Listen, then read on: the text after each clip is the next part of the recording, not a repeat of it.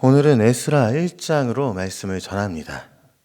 이전까지 봐왔던 역대기의 마지막은요, 유다의 왕들이 하나님 보시기에 악을 행하며 소망 없는 모습을 보여왔었고, 그리고 그 상태에서 아무것도 없는 것처럼 여겨졌지만 마지막에는 하나님께서 스스로 소망을 만들어주시는 것으로서 마무리를 짓는 것을 보게 되었습니다. 그리고 오늘부터 읽게 될 이 에스라서에서는요, 하나님께서 역대하의 마지막에 주셨던 그 소망을 직접 어떻게 이끌어 가시는지를 알려주시고 있는데요. 그중에 에스라 1장은 하나님의 섭리하심의 증거를 서술하면서 시작하고 있습니다. 그래서 에스라를 볼 때 하나님의 섭리와 회복의 역사를 생각하면서 읽게 된다는 것이죠. 에스라서는요, 바벨론 포로에서 기한이 이스라엘 백성들의 역사와 그들의 신앙 회복을 기록한 책들입니다. 이 말씀은 하나님께서 자신의 언약을 신실하게 지키시고 그분의 섭리 가운데 모든 역사를 주관하신다라는 것을 우리에게 보여주고 있는 것이죠. 그렇게 우리들은요, 세상이 아무리 우리에게 어려움을 주고 주위에 믿는 사람 하나 없는 것처럼 보일지라도 하나님의 섭리하심을 기대할 수 있게 된다는 것이죠.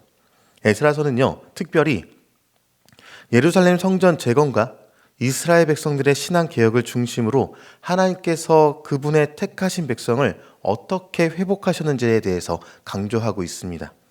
에스라서의 목적은 비록 이스라엘이 세상에서 보는 왕국으로서는 멸망하게 되었지만 하나님께서 선택하신 그 백성 역시 약속은 사라지지 않고 하나님께서 선택하신 백성은 반드시 보존된다는 사실을 증거하기 위해서 기록된 것이죠.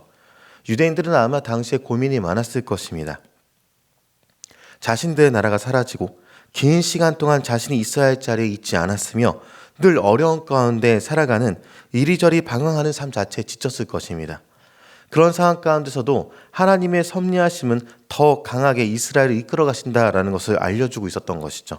이를 통해서 우리에게도 하나님의 구원 계획이 변함없이 지속되고 있음을 확신하게 됩니다. 우리도 여전히 이 땅에서의 삶이 녹록지 않고 늘 어려운 가운데 있지만 하나님의 섭리하심이 우리에게 있음을 말씀을 통해 알게 되는 것이죠. 에스라 1장 1절에서는요, 바사왕 고레스의 마음을 감동시킨 하나님의 섭리를 볼 수가 있습니다.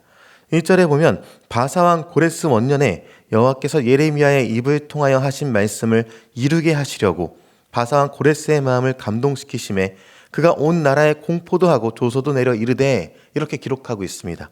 이 구절은요, 에스라가 단순히 정치적인 결정으로서 이스라엘이 포로 회복이 된 것이 아니라 하나님의 계획 속에서 이루어진 일이라고 설명하고 있다라는 것입니다. 하나님은 이미 예레미야 선지자를 통해서 이스라엘이 70년 동안 바벨론의 포로로 잡혀 있을 것이지만 결국 다시 돌아오게 될 것을 예언한 일이 있었습니다. 이 내용이 예레미야 29장 10절에 기록하고 있는데요. 여호와께서 이같이 말씀하시니라. 바벨론에서 70년이 차면 내가 너희를 돌보고 나의 선한 말을 너희에게 성취하여 너희를 이곳으로 돌아오게 하리라. 이렇게 기록하고 있는 것입니다. 예레미야 때의 이 예언이요, 결국엔 이뤄지게 되는데 그 방법이 하나님께서 특별히 보이신 섭리로서 이끌어 가시는 것을 보는 것이죠. 이 예언을 이루시기 위해서 바사왕 고레스의 마음을 감동시키시기까지 하셨습니다. 고레스 왕은 정치적 전략의 일환으로 피정복민들에게 자유를 허락하는 관용 정책을 사용한 사람입니다. 그러나 성경은요, 이것이 단순한 정책이 아니라 하나님께서 고레스를 사용하여 이루신 역사다라고 설명하고 있는 것이죠. 실제로 이 사건은요, 이사야 선지자가 고레스가 등장하기 160년 전에 이미 예언했던 내용이었습니다. 이사야 44장 28절에 기록한 내용인데요, 제가 잠시 읽어드리겠습니다. 고레스에 대하여는 이르기를 내 목자라 그가 나의 모든 기쁨을 성취하리라 하며 예루살렘에 대하여는 이르기를 증건되리라 하며 성전에 대하여는 내 기초가 놓여지리라 하는지라. 아멘. 이처럼 하나님께서는요, 이방 왕조의 지도자까지도 사용하셔서 하나님의 뜻을 이루시는 것을 보게 됩니다. 겉으로 보기에는 고레스가 정치적 판단을 내린 것처럼 보여지게 되지만 실상은 하나님께서 역사 속에서 그의 마음을 움직이신 사건이다라는 것이죠. 이방의 왕을 통해서 이스라엘을 회복시키시는 것인데요, 그 범위가 단지 땅만이 회복시켜 주시는 것이 아니라 완전한 회복을 하나님께서는 이루어 가십니다. 에스라 1장 9절에서 11절을 보니까 포로로 잡혀갔던 이스라엘 백성들이 단순히 몸만 돌아온 것이 아니라 성전의 기구들까지도 다시 돌려받았음을 보고 있습니다.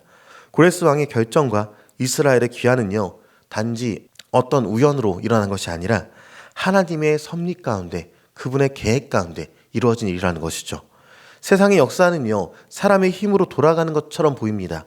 결국 모든 것은요, 하나님 뜻 안에 이루어진데도 불구하고 사람들은 그렇게 여기는 것이죠. 에스라서는 단순한 역사서가 아니라 하나님께서 역사를 통해 자신의 백성을 구원하시고 그리고 다시 회복시키시는 모습을 보여주는 책이 바로 에스라서입니다. 이 말씀을 보면서 세상의 역사를 하나님의 섭리하심을 통해서 바라볼 수 있어야 합니다. 때때로 우리 인생에서도 예상치 못한 어려움과 시험이 날마다 다가올 때가 있습니다. 하지만 하나님께서는요, 모든 것을 합력하여 선을 이루시는 분이 바로 하나님이시죠. 로마서 8장 28절에 기록하기를 우리가 알거니와 하나님을 사랑하는 자 곧 그의 뜻대로 부르심을 입은 자들에게는 모든 것이 합력하여 선을 이루느니라, 이렇게 기록합니다. 이스라엘이 바벨론 포로로 끌려갔을 때 아무도 그들이 다시 돌아올 것이라 생각하지 못했을 것입니다. 그러나 하나님은요, 70년 후 이스라엘을 회복시키시겠다라고 약속하셨고 그대로 이루셨습니다. 오늘날 우리도 하나님을 신뢰하며 우리 삶에서 이루실 선한 계획을 기대해야 합니다. 우리의 삶 속에서도 하나님의 뜻이 완벽하게 이루어질 것을 믿고 하나님의 말씀과 뜻에 순종하는 삶이야말로 참된 기쁨과 행복임을 기억하며 오늘 살아가시기를 주님의 이름으로 축원합니다.